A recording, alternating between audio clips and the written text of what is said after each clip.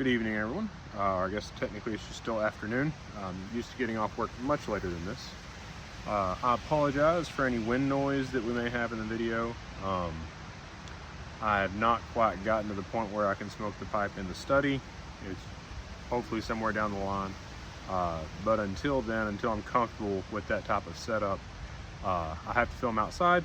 Just kind of nature of the beast. This is just a much more pleasant view and day than trying to do it in the garage where all my workout equipment is. So I apologize for any wind noise in advance. As far as a bit of housekeeping goes, you probably noticed that the page name did change, or the channel name did change.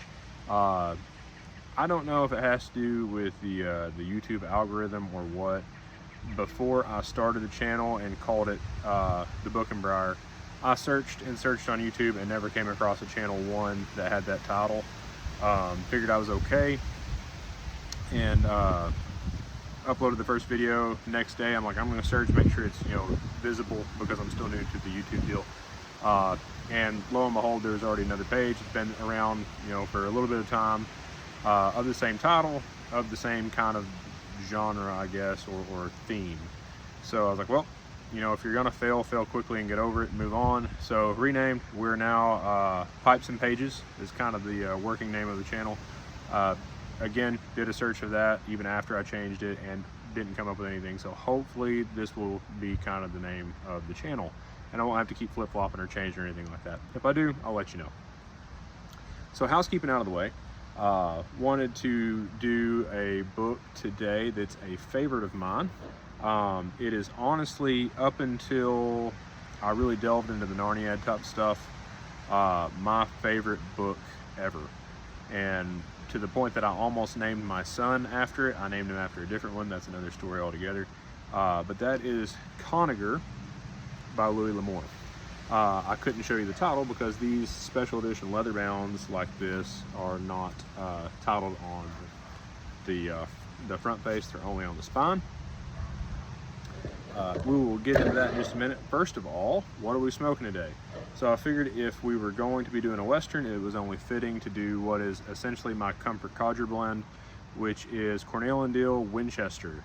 I don't know if you can see that. I threw an E on there because it was way early on and I was confused about English versus aromatic versus Virginia, and basically I assumed everything that was not aromatic was in English, and I know that's incorrect now. That being said, I threw an E on there just so I could denote it. I am about out, as you can see. Good news is I have a box in the house from smokingpipes.com that will hopefully help remedy that, along with some extra surprises and goodies. So I'm pretty excited about that. That's going to be probably the fuel for the next 2 or 3 videos. Got some really special stuff to try out of that box, as well as something new and exciting for me. So we got that in there. It's not gonna be just a real big bowl, just right to the top. Close that off. Get out the trusty Zippo and my tamper. For anyone curious, this is an 8 deco tamper. I bought it, I think they're like $7 on smokingpipes.com. Super great tamper, honestly. Granted, I'm just going to use a stick or my finger up to this point, so it's just kind of a nice upgrade compared to that. Zippo, normal pipe lighter Zippo, which is great for windy days like this.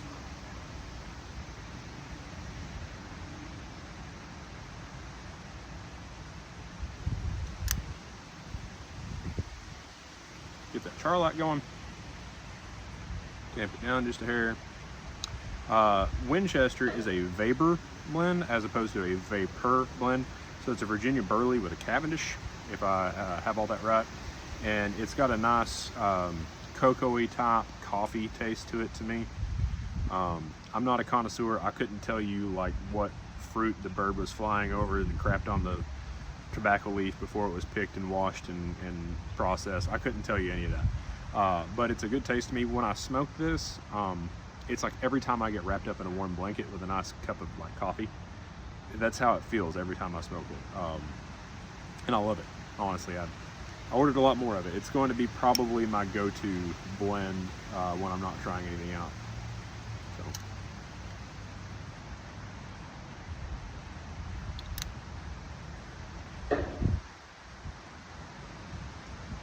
Again, that is Cornell and Diehl Winchester.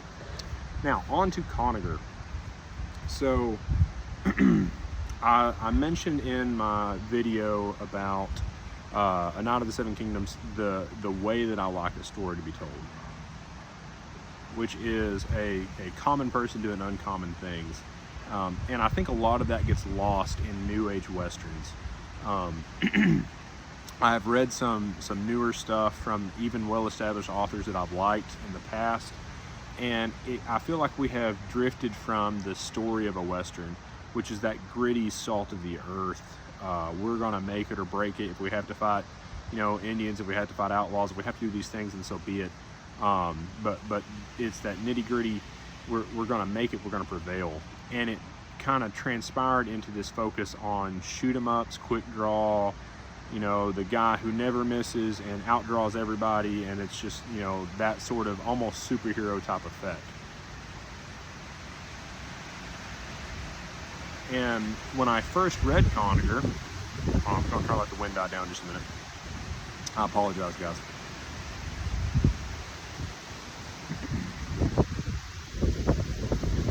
It hasn't been windy for a week, and today is naturally the day that I have to film. It's going to be gale force winds. The first time I read Conagher was actually in high school, and I didn't like it because it wasn't that super action-packed, in-your-face adrenaline rush type book. I read it because we were doing the Accelerated Reader program. It's like, hey, you have to read something for this month or this week or whatever it was to get points on it and go on. So I picked it out of all the Westerns, read it, tested on it, whatever. Later on, I was thumbing through trying to find a Western to read, because that's basically all I was reading at the time. Came across Conagher, and the story is essentially and again, I don't like doing too much in-depth information on the reviews because I don't want to ruin it for someone who wants to read it. This man, Conagher, is the main character in this. Although I'd also argue that the female Evie Diehl is tied for main character of this, because she really helps the story along, if not just makes the majority of the story. He is just a regular, saddle tramp. He's a cowpoke going around. You first get introduced to him when he is bringing in a herd of horses to what is going to be a stagecoach run and staging area. And he goes into some backstory. It's just, he's a guy, he fought in the war between the states, has been all over, done everything sort of deal, and he's just a rough and tough dude who doesn't take crap off anybody. And he always relates to himself in the story as a nobody. It's like, like, what am I worth? Like, why would anyone want me? That sort of thing. And that ties in because Evie Diehl, who is the main female character of the story, comes out west with her husband. Something happens. She ends up being left alone with 2 children on this cabin. It's just a claim cabin. And by luck ends up as a stagecoach staging area for a developing line. And because of that, comes into contact with Conagher, who, it's not one of those like, oh my gosh, love at first sight sort of deals. Like, you can tell like there's a lead to attraction in there. She actually ends up writing poetry and putting it on tumbleweeds, of all things, and just kind of letting it loose. And Con ends up finding some of the poetry, and I could not quote it to save my life right now. It's essentially like looking for her white knight sort of thing. And he obviously doesn't know who's writing it. He just knows that he found this note along with every other cowboy who's working the range. They're finding them. That's another part of the story later on. And he doesn't know who this woman is. He just knows that for whatever reason, what she's writing is drawing him. And so he goes, anytime he's out and about finding tumbleweeds, he's going what they call tumbleweed crazy, and looking for notes on the tumbleweeds.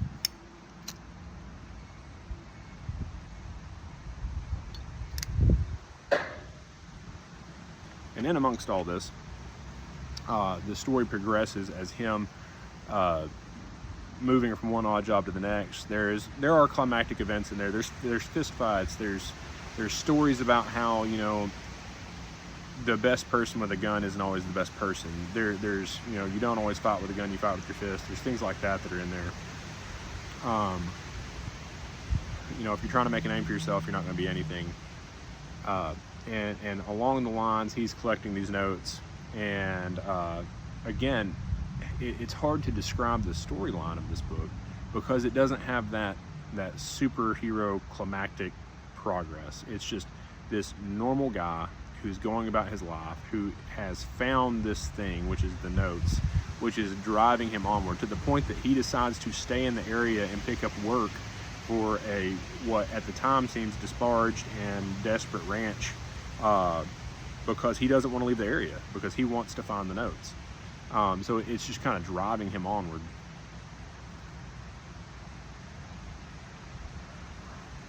And as the story progresses, you get to the climactic ending, and you know, 2 and 2 comes together for Con, and he realizes that Evie Diehl is the one who's been writing notes because of something that she says. And you know, like typical westerns, it ends with, you know, a happy, you know, fairy tale type ending. But the thing about that book is, this is, when I tell people that it's a western, I tell them it's a love story, and people kind of look at me like I'm crazy because, number one, I look like I am, or I look like I do, and I'm talking about a love story. And I put western and love story together.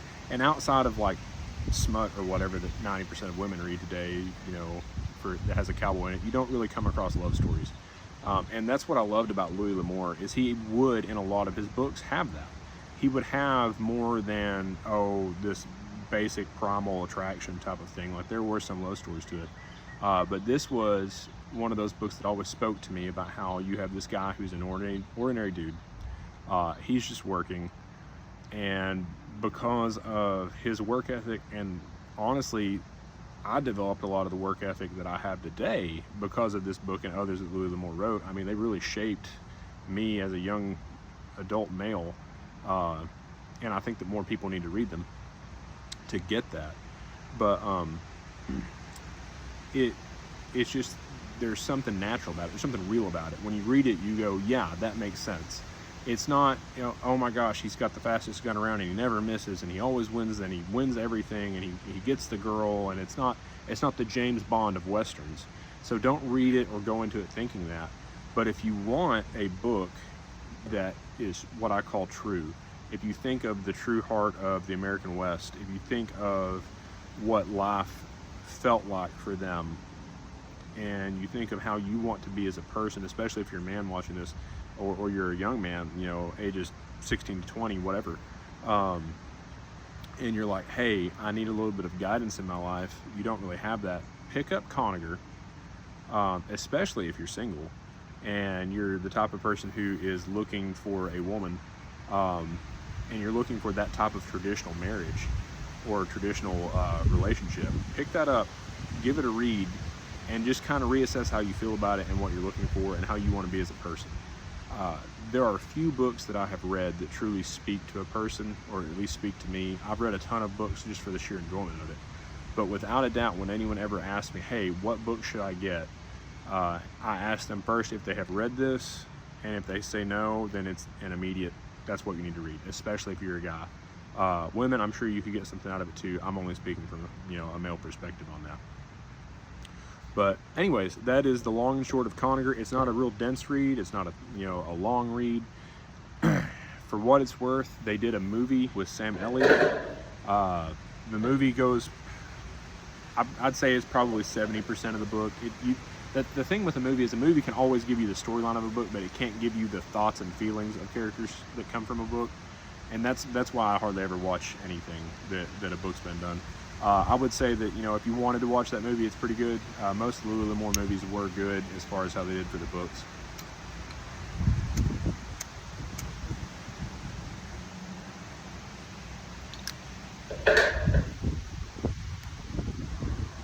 But be that as it may, I would highly suggest reading the book before you ever watch the movie, just because they're always going to be better.